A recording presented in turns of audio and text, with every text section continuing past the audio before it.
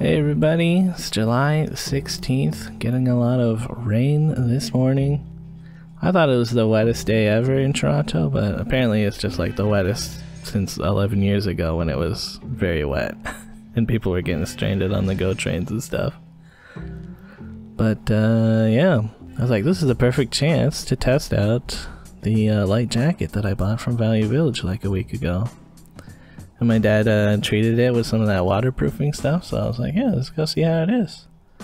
And the water is like beating on my arm and stuff instead of like getting sucked into it, so I was like, oh, seems like it's kind of working. And yeah, checking out the back alleyway. It's like a full-on creek here. It is definitely flowing. Glad I'm wearing the Crocs, otherwise my shoes would have just gotten soaked. College Street also looking pretty flooded. This is like the low section of the bike lanes. And yeah, the trains are doing their thing. Got a good you know, swirl going down there. But yeah, I'm feeling pretty soaked right now. So I'm gonna just head home and, you know, not be in the rain for a while. Luckily, the basement gets drained, and I've never had an issue of flooding here, so that's good. And yeah, I was kind of surprised. Some of my shirt is still dry. Like, huh. But yeah, most of my shirt is not dry, so the jacket is probably good for light rains still, but oh well.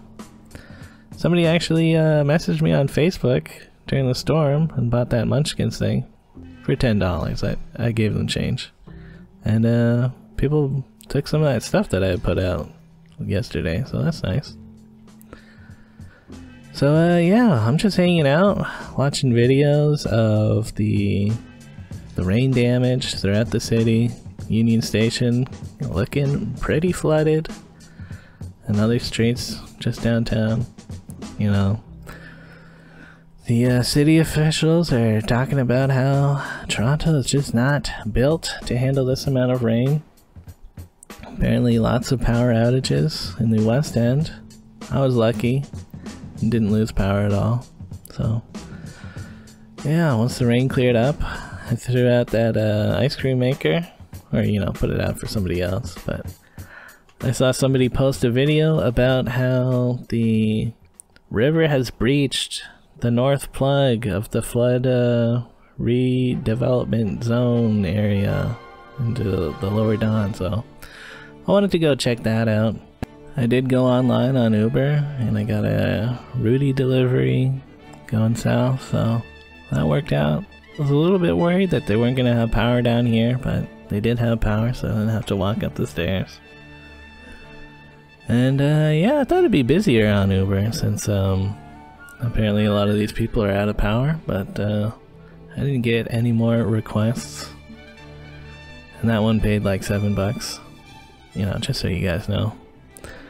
But anyways, riding through that underpass. It's one of the few flooded places that's still, you know, wet. Seemed like most of Lakeshore or Queens Quay is dry now. There's gravel underneath the bike share. It's doing great. That used to be a huge mud pit every time it rained, even if it was just a little bit of rain.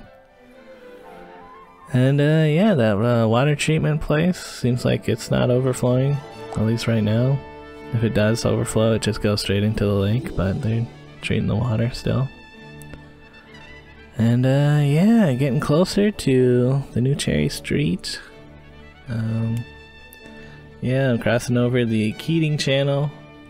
This is where the Don River used to enter the lake, like exclusively. And it had this 90-degree bend in it, so that area around the bend would get flooded all the time. So that's part of why they've been redeveloping this whole area to make it more of a floodplain and have it be, you know, naturalized again. Of course, they are also going to build a neighborhood here. It used to be mostly industrial, and now it'll be residential with some, you know, office stuff going on, I'm sure. Yeah, this, who knows how this is going to turn out. It's been getting a lot of criticism about it being too low density. They should be building towers is what they want, but it is a floodplain, so who knows how big they could actually build down here.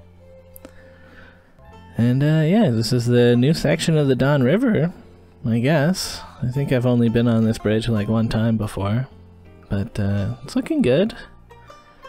Gonna cross the street and look upstream. Yep, that's the north plug.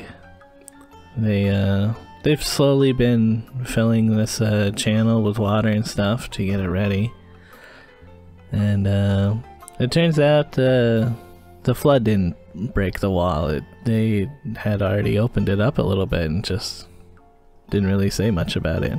People have been posting about that since like July 7th. So, I guess they were ready for the floods coming. That's good.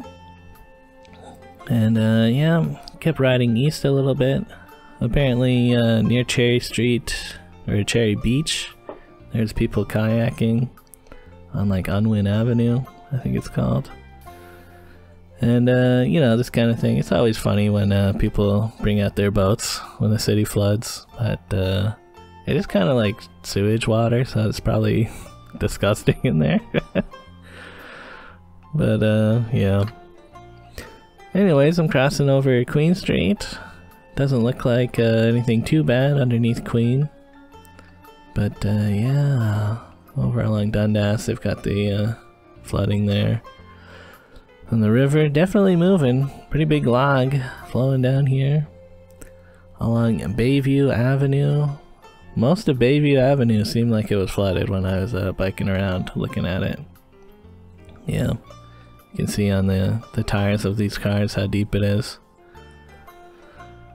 Yeah, so then I rode north up to Dundas. Get a look from this bridge. People walking down there. Yeah, apparently somebody grabbed a carp from the side of Bayview Avenue. That's funny. I wonder if they're gonna put it back in the river, or like, what are you gonna do with that thing now?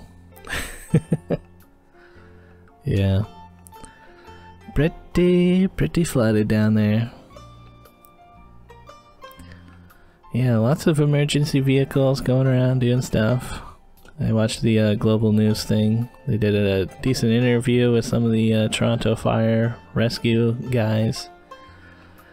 And I don't think anybody died. There were some people stranded out there. You know, some people swam through the dirty water, but it's pretty nasty. So I get why you wouldn't want to. Plus there is a risk of like getting snagged on some like underwater debris or something, and I mean, like, you could drown. It's possible, I guess, but it's mostly just it's nasty water. Yeah. And yeah, online people are posting about these guys playing volleyball while they were stranded along the DVP. Not sure what section this is. This might have been underneath Queen Street? I don't know. Looks like a fun time. Yeah. Then I went up again to Gerrard. The north side of Gerrard is closed for whatever reason. But yeah, it's just some more Don Valley, some trap vehicles. Yeah, some mega flooding here. I'm not even sure where the train tracks are supposed to be down there. Then I rode through Cabbage Town. And yeah, there's a farmer's market going on over here. So real quick, I just walked through it. You know, you never know what you're gonna find at a farmer's market. It seemed pretty chill. As I was leaving the farmer's market though, tons of traffic in Cabbage Town. It seems like everybody's trying to stay off Parliament because it's clogged there. Only to find that yes, this area is also clogged. This is like Wellesley. And I usually ride through here because it's not that busy at all. Normally there'd only be 1 or 2 cars there. And I did want to get my classic time-lapse, you know, shot from the Bloor Street Viaduct around the middle area. This is what it looked like a week ago or so. Yeah. Now, yeah, decently flooded down there. Kinda neat. And I guess I didn't get a good shot of it, but people are entering the DVP from the Bloor Street entrance here. So that's part of why it's all like backed up and crazy. All the way across the bridge and all the way down Parliament. I don't know. It's just like the whole downtown is messed up right now. So yeah. Anyways, my bike battery was getting kind of low, so I was ready to just go home and charge up the bike a bit. Yeah, I've been talking to Adam and Don. They weren't so lucky in terms of basement flooding. So once my bike was charged up, I've got my dehumidifier in my Uber bag right now, and I'm bringing it over to their house. Yeah, I kind of thought that traffic would ease up by now, but it's looking still pretty busy. I guess Bayview is opening up. Yeah, the flooding is gone way down. And yeah, you know, things seem like they're working out, I guess. Still kind of busy. Alright, so Adam and Don, their basement.